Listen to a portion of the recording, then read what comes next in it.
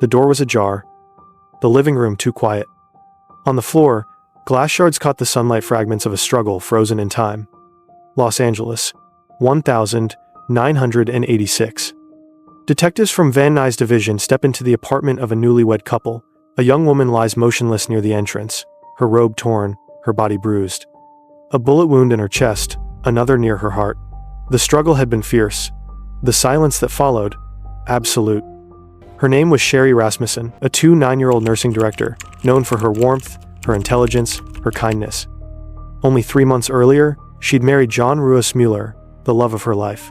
To the police, it looked like a burglary gone wrong. To those who knew her, it felt like a story that didn't fit. Files were opened, photos taken, evidence bagged and boxed. Then, time passed, years folded into decades. Her parents kept calling, writing letters, begging someone to look again. And then, in 2008, after 22 years of silence, a DNA match whispered the truth. The evidence had been hiding all along. The killer wasn't a stranger. She wore a badge. A respected LAPD detective. A colleague sworn to protect. How does loyalty become betrayal? How does love curdle into vengeance? And how did the quiet persistence of science finally give voice to a woman silenced for decades? This is the story of Sherri Rasmussen and the investigation that revealed one of the most haunting betrayals in the history of American law enforcement. Stephanie Lazarus was not the kind of person anyone expected to see in handcuffs. In 1986, she was a young, driven officer in the Los Angeles Police Department, confident, athletic, ambitious. Her colleagues described her as disciplined, bright, even cheerful. She played basketball with fellow officers, mentored new recruits, and spoke often about her dreams of moving up the ranks. But behind that clean uniform, beneath the polish of discipline, something darker was taking root, an obsession that had quietly survived the end of a relationship. Years earlier, Lazarus had dated a man named John Ruas Mueller, the same man who would later marry Sherri Rasmussen. The two had been romantically involved during college, and while the relationship ended, Lazarus never truly let go. Friends recalled how she'd occasionally mention John in passing, her tone changing, half nostalgic, half possessive. When John met Sherri, his world shifted forward. Lazarus's didn't. According to co-workers later interviewed, Lazarus had confided feelings of rejection that he should have chosen her. One friend recalled her saying she still visited John's home, just to talk. Another remembered seeing bite marks on Lazarus's arm, a curious detail that, decades later, would echo chillingly in evidence files. She wasn't a criminal mastermind, she was a police officer, trusted, trained, and shielded by the very institution built to expose truth. Her advantage wasn't cunning, but access, knowledge of procedure, evidence handling, and how investigations could fail. Over time, her grief hardened into quiet resentment. Then, resentment turned into fixation. Psychologists call it eroticized rage, the point where love transforms into hatred without the person recognizing the shift. To the world, Lazarus remained the same, smiling, reliable, sharp. But within that calm exterior, a fracture had formed, invisible at first, then widening with every glimpse of John's new life, every reminder that she had been replaced. And when that fracture finally broke, it did so with the precision of someone who knew exactly how to cover her tracks. Because monsters rarely know they're becoming one. They simply call it love, until love demands silence. In the early 1980 seconds, Los Angeles pulsed with ambition. The LAPD was expanding, crime rates were rising, and young officers like Stephanie Lazarus were eager to prove themselves. She graduated from UCLA in 1982 with a degree in political science, then joined the department, one of the few women on the force at the time. Her energy was magnetic. She volunteered for extra shifts, learned fast, and made friends easily. Among those friends was John Ruas Mueller, a fellow UCLA student who'd once been her boyfriend. They'd met during college long runs, on the beach, late-night talks about the future, shared jokes about the chaos of young adulthood. Their breakup had been amicable, or so it seemed. John moved on, Stephanie didn't. She kept old photos, letters, and an undercurrent of what if that followed her like a shadow. Then came Sherri Rasmussen. Sherri was everything Stephanie wasn't trying to be. Calm instead of intense, compassionate instead of competitive. A gifted nurse with a master's degree, she rose quickly through the ranks at Glendale Adventist Medical Center, becoming director of nursing education at just 27. Her colleagues described her as the kind of woman who made you believe kindness could be strength. When John met Sherri, it was almost instant. They shared a vision of life that felt grounded, family, partnership, simple joy. They married in November 1985. For Stephanie, it was the moment the quiet ache turned into something sharper.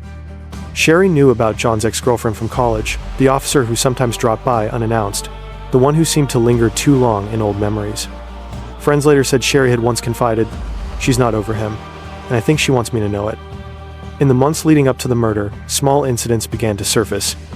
A confrontation in a parking lot, Stephanie allegedly warning Sherri to back off. A report of a woman matching her description seen near the Rasmussen home. Nothing concrete, nothing provable, just unease.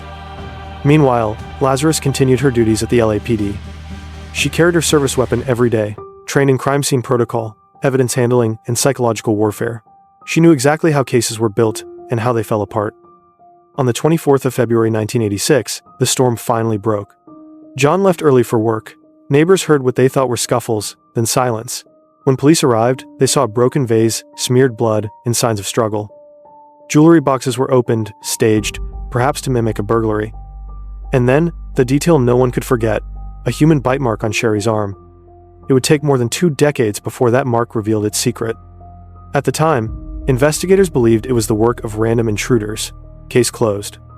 But as years turned to decades, Sherri's parents never stopped writing letters, each one ending with the same plea. Please don't forget her. They didn't know it then, but science was evolving quietly, building the very tool that would one day speak for their daughter. The file sat in a metal drawer for more than 2 decades, dust, staples, faded photographs. By 2008, Los Angeles had changed. Technology had changed. The way detectives hunted truth had changed. And so, when the cold case unit reopened the file of Sherri Rasmussen, they brought something new to the table: DNA. At first, it was routine. Detective Jim Nuttall and his partner Pete Barba were reviewing unsolved murders from the 1,980 seconds, searching for biological evidence that could now be tested with modern tools. The Rasmussen file stood out immediately: the ferocity of the attack, the faint bite mark noted in the original report, and the fact that the case had always felt incomplete.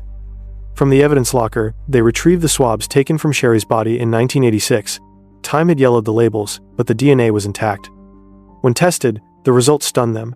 The profile belonged to a woman. It made no sense. Every report from 1,986 described male burglars. 2 men, random. But the science didn't lie.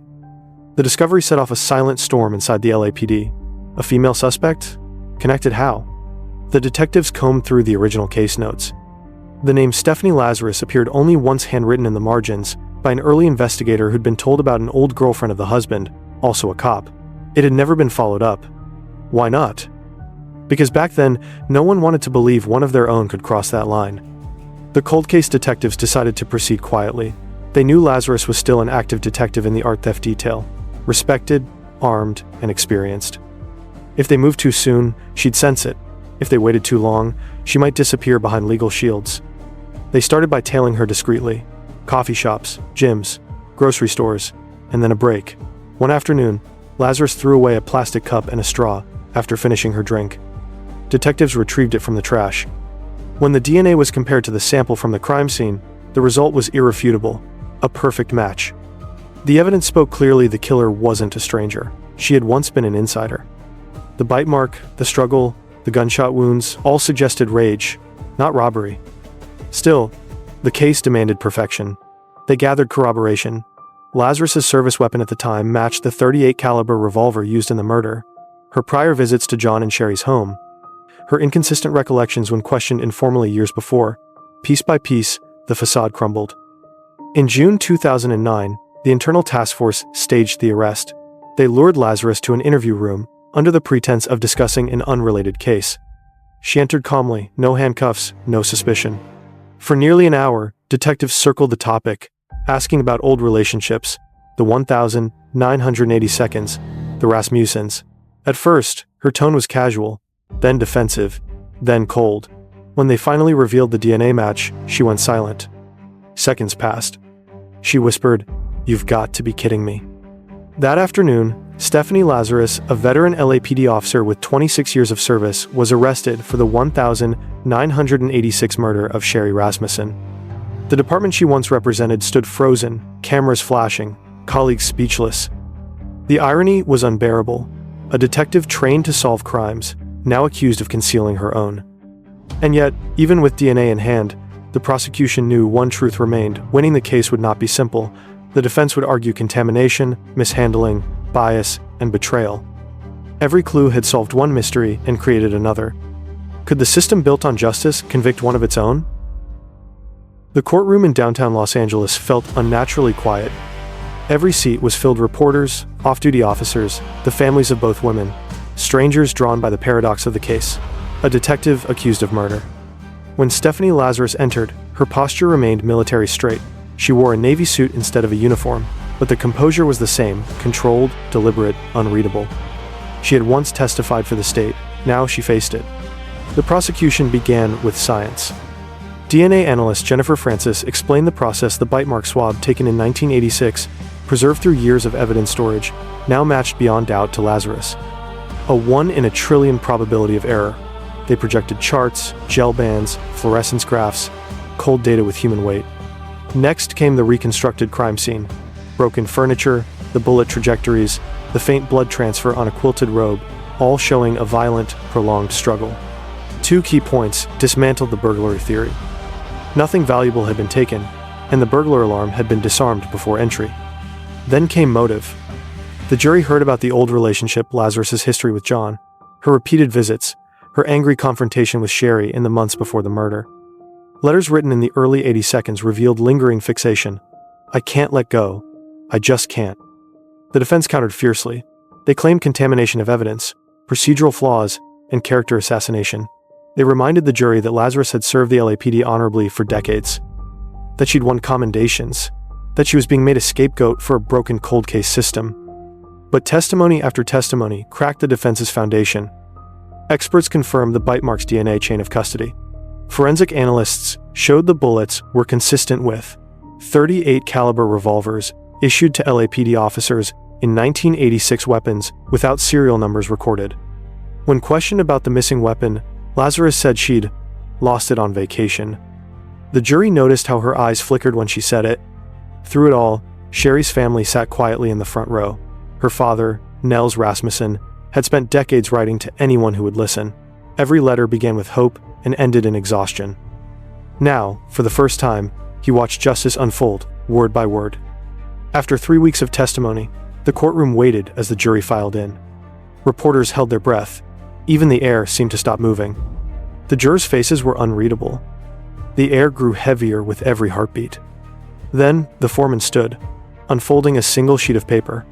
"We, the jury, find the defendant, Stephanie Lazarus, guilty of murder in the first degree." Gasps broke the stillness. Lazarus's expression barely changed. Her jaw tightened, her shoulders stiffened, but her eyes drifted downward, unblinking. The judge pronounced sentence: 27 years to life imprisonment. No applause, no relief, just a long, aching silence. Because justice, in that moment, was not victory. It was acknowledgement. It was the system finally speaking the truth it had ignored for decades. As officers escorted her out, Lazarus turned once toward the gallery. Her face showed neither regret nor denial, only the hollow realization that the same badge that once shielded her had now sealed her fate. The gavel struck. A sound like finality, a sound like the end of silence. When the sentence was read, the courtroom exhaled, but only barely. For the Rasmussen family, it wasn't triumph. It was the end of a 26-year vigil.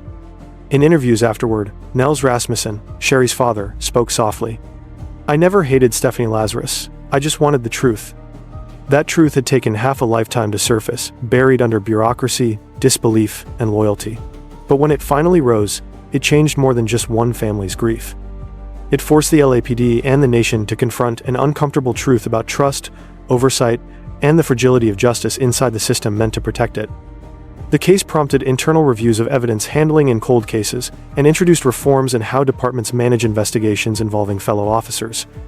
The Los Angeles District Attorney's Office also re-examined decades-old unsolved homicides with female DNA profiles, a ripple effect that brought closure to several families long forgotten by time. In prison, Stephanie Lazarus remains a paradox, a woman who once swore an oath to justice, now serving life behind its walls. Fellow inmates reportedly call her the cop. She paints, reads, and keeps to herself. There are no interviews, no confessions, only silence, the same silence that began this story. Meanwhile, Sherri's legacy lives on in the hospitals she helped build, the students she mentored, the patients she cared for. Her colleagues still recall her smile, the way she said, "Every life deserves patience." That quiet grace endures, long after the courtroom lights have dimmed. For true crime historians, the Rasmussen case stands as one of the most definitive examples of DNA justice, a victory for science, persistence, and the families who refuse to forget. But for those who lived it, the case remains something else. Proof that, even in institutions built on order, chaos can wear a badge. And that sometimes, the last sound justice makes isn't the bang of a gavel, but the faint whisper of truth finally being heard. And somewhere in Los Angeles, behind another quiet door, sunlight still touches glass, but this time, no one looks away.